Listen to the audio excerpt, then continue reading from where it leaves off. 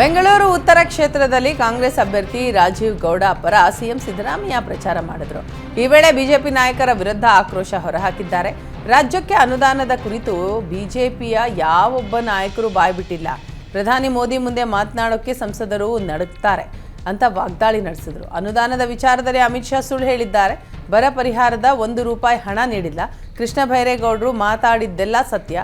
ಈ ವೇಳೆ ಕೇಂದ್ರ ಸಚಿವೆ ಶೋಭಾ ಕರಂದ್ಲಾಜೆ ವಿರುದ್ಧವೂ ಸಿದ್ದರಾಮಯ್ಯ ವಾಗ್ದಾಳಿ ನಡೆಸಿದರು. ಉಡುಪಿ ಚಿಕ್ಕಮಗಳೂರಿನಲ್ಲಿ ಗೋ ಬ್ಯಾಕ್ ಶೋಭಾ ಅಂತ ಅಭಿಯಾನ ಮಾಡಿದ್ದಾರೆ. ನಾವು ಶೋಭಾ ಗೋ ಬ್ಯಾಕ್ ಅಂತ ವಾಪಸ್ ಕಳಿಸೋಣ. ನೀವೆಲ್ಲ ಕಾಂಗ್ರೆಸ್ ಅಭ್ಯರ್ಥಿಗೆ ಮತ ಹಾಕಿ ಅಂತ ಹೇಳಿದರು. ಲೋಕಸಭಾ ಚುನಾವಣೆಯಲ್ಲಿ ಗೆಲುವಿಗಾಗಿ ಬಿಜೆಪಿ ಪಡೆ ಭರ್ಜರಿ ರಣತಂತ್ರ ರೂಪಿಸ್ತಾ ಇದೆ. ಚಾಮರಾಜನಗರದಲ್ಲಿ ದಿಢೀರ್ ಸಭೆಯನ್ನು ನಡೆಸಿದೆ. ಚಾಮರಾಜನಗರ ಹೊರವಲಯದ ಖಾಸಗಿ ಕಲ್ಯಾಣ ಮಂಟಪದಲ್ಲಿ ಸಭೆ ನಡೆಸಲಾಗಿದೆ. ರಾಜ್ಯ ಬಿಜೆಪಿ ಉಸ್ತುವಾರಿ ರಾಧಾಮೋಹನ್ ದಾಸ್ ಅಗರ್ವಾಲ್ ನೇತೃತ್ವದಲ್ಲಿ ಸಭೆ ನಡೆದಿದ್ದು, ಚಾಮರಾಜನಗರ ಕ್ಷೇತ್ರದಲ್ಲಿ ಬಿಜೆಪಿ ಗೆಲುವಿಗೆ ಅನುಸರಿಸಬೇಕಾದ ನಡೆಗಳ ಕುರಿತು ಚರ್ಚಿಸಲಾಗಿದೆ. ಸಭೆಯಲ್ಲಿ ಪ್ರೀತಮ್ ಗೌಡ, ಎನ್ ಮಹೇಶ್, ಬಿಜೆಪಿ ಜಿಲ್ಲಾಧ್ಯಕ್ಷ ನಿರಂಜನ್ ಕುಮಾರ್ ಸೇರಿ ಹಲವು ಮುಖಂಡರು ಭಾಗಿಯಾದರು. ಮಾಜಿ ಪ್ರಧಾನಿ ದೇವೇಗೌಡರನ್ನ ಬಿಜೆಪಿ ಅಭ್ಯರ್ಥಿ ಕೋಟಾ ಶ್ರೀನಿವಾಸ್ ಪೂಜಾರಿ ಭೇಟಿ ಮಾಡಿ ಆಶೀರ್ವಾದ ಪಡೆದರು. ಈ ವೇಳೆ ಮಾತನಾಡಿರುವ ಕೋಟಾ ಶ್ರೀನಿವಾಸ್ ಪೂಜಾರಿ, ನಾನು ಎಚ್.ಡಿ. ದೇವೇಗೌಡರನ್ನ ಗೌರವಿಸ್ತೇನೆ. ವಿರೋಧ ಪಕ್ಷದ ಸ್ಥಾನದಲ್ಲಿ ಇದ್ದಾಗಲೂ ಅವರು ನನ್ನನ್ನು ಅತ್ಯಂತ ಪ್ರೀತಿಯಿಂದ ಕಾಣ್ತಾ ಇದ್ರು. ಲೋಕಸಭಾ ಚುನಾವಣೆಯಲ್ಲಿ ಗೆದ್ದು ಬಾ ಅಂತ ದೇವೇಗೌಡರು ಆಶೀರ್ವಾದ ಮಾಡಿದ್ದಾರೆ ಅಂತ ಕೋಟಾ ಶ್ರೀನಿವಾಸ್ ಪೂಜಾರಿ ಹೇಳಿದರು. ಲೋಕಸಮರದ ಹೊತ್ತಲ್ಲೇ ಸಂಸದ ಪ್ರಜ್ವಲ್ ರೇವಣ್ಣ ವಿರುದ್ಧ ಸಾಮಾಜಿಕ ಜಾಲತಾಣದಲ್ಲಿ ಪೋಸ್ಟರ್ ಅಭಿಯಾನ ಶುರುವಾಗಿದೆ. ಲೋಕಸಭಾ ಚುನಾವಣೆ ಕ್ವಿಜ್ 2024 ಅಂತ ಪ್ರಜ್ವಲ್ ವಿರುದ್ಧ ಪ್ರಶ್ನೆಗಳ ಸುರಿಮಳೆಗೈದಿದ್ದಾರೆ. ಸಂಸದರಾಗಿ ಕಡೂರು ಕ್ಷೇತ್ರಕ್ಕೆ ತಾವು ತಂದ ಅನುದಾನ ಎಷ್ಟು?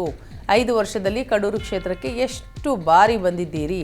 ಕೋವಿಡ್ ವೇಳೆ ಕ್ಷೇತ್ರದ ಆಸ್ಪತ್ರೆಗಳಿಗೆ ಭೇಟಿ ನೀಡಿಲ್ಲ ಅಂತ ಪ್ರಜ್ವಲ್ ವಿರುದ್ಧ ಆಕ್ರೋಶ ಹೊರಹಾಕಿದ್ದಾರೆ.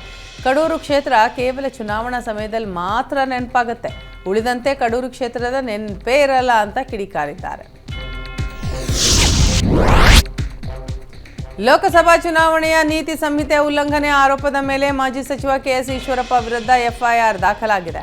ಚುನಾವಣಾಧಿಕಾರಿಯಿಂದ ಅಗತ್ಯ ಅನುಮತಿ ಪಡೆಯದೆ ರಾಜಕೀಯ ಕಾರ್ಯಕ್ರಮ ಆಯೋಜಿಸಿದ ಹಿನ್ನೆಲೆ ಎಫ್ಐಆರ್ ದಾಖಲಾಗಿದೆ. ಸ್ವತಂತ್ರ ಅಭ್ಯರ್ಥಿಯಾಗಿ ಕಣಕ್ಕಿಳಿಯಲು ನಿರ್ಧರಿಸಿರುವ ಈಶ್ವರಪ್ಪ ತೀರ್ಥಹಳ್ಳಿ ತಾಲೂಕಿನ ನೊಣಬೂರು ಗ್ರಾಮದ ಅಂಬುತೀರ್ಥ ದೇವಸ್ಥಾನದಲ್ಲಿ ಧಾರ್ಮಿಕ ವಿಧಿವಿಧಾನ ನೆರವೇರಿಸಿದರು.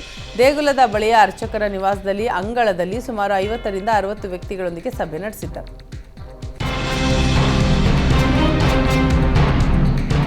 ಲೋಕಸಭಾ ಚುನಾವಣೆ ಹತ್ತಿರವಾಗ್ತಾ ಇದ್ದಂತೆ ನಾಯಕರ ಟಾಕ್ ವಾರ್ ದಿನೇ ದಿನೇ ಜಾಸ್ತಿ ಆಗ್ತಾ ಇದೆ. ಬಳ್ಳಾರಿಯಲ್ಲಿ ಮತದಾರರನ್ನ ಸೆಳೆಯಲು ಕಾಂಗ್ರೆಸ್ ಕಸರತ್ತು ನಡೆಸ್ತಾ ಇದೆ.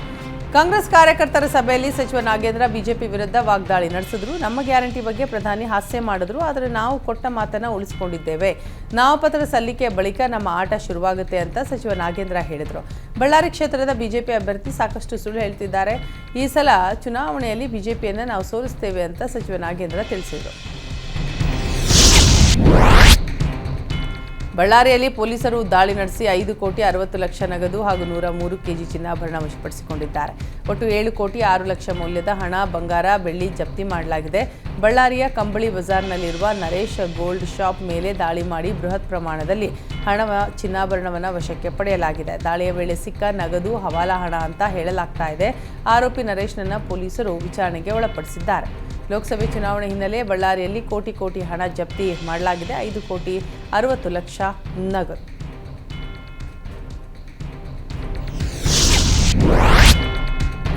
ಪಠ್ಯಕ್ರಮದ ಶಾಲೆಗಳ 5, 8 ಮತ್ತು 9ನೇ ತರಗತಿ ಫಲಿತಾಂಶವನ್ನು ಆಯಾ ಶಾಲೆಗಳಲ್ಲಿ ಇಂದೇ ಪ್ರಕಟಿಸುವಂತೆ ಕರ್ನಾಟಕ ಶಾಲಾ ಪರೀಕ್ಷೆ ಮತ್ತು ಮೌಲ್ಯ ನಿರ್ಣಯ ಮಂಡಳಿ ಸೂಚಿಸಿದೆ.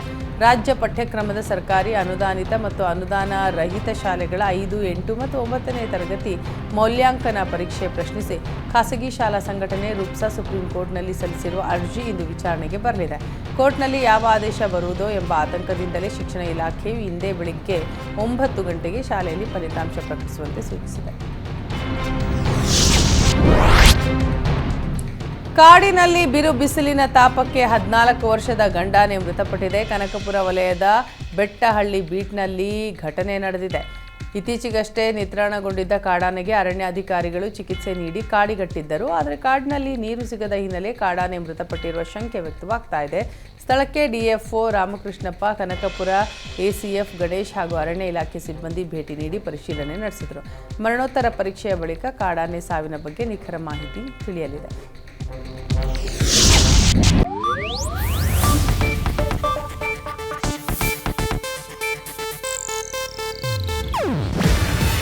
ಇದು ಏಷ್ಯಾನೆಟ್ ನ್ಯೂಸ್ ನೆಟ್ವರ್ಕ್ ಪ್ರಸ್ತುತಿ. ನೀವು ನೋಡ್ತಿದ್ದೀರಾ ಏಷ್ಯಾನೆಟ್ ಸುವರ್ಣ ನ್ಯೂಸ್.